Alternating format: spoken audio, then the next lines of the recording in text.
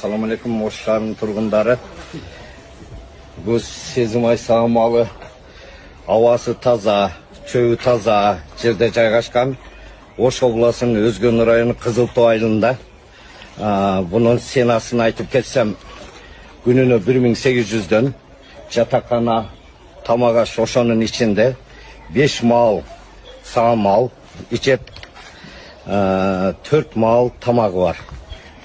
Kolinik menen koşoda, kolinik menen koşo gelip densoğluğunuzdарды çыңdap, dem alıp ketіңіздер.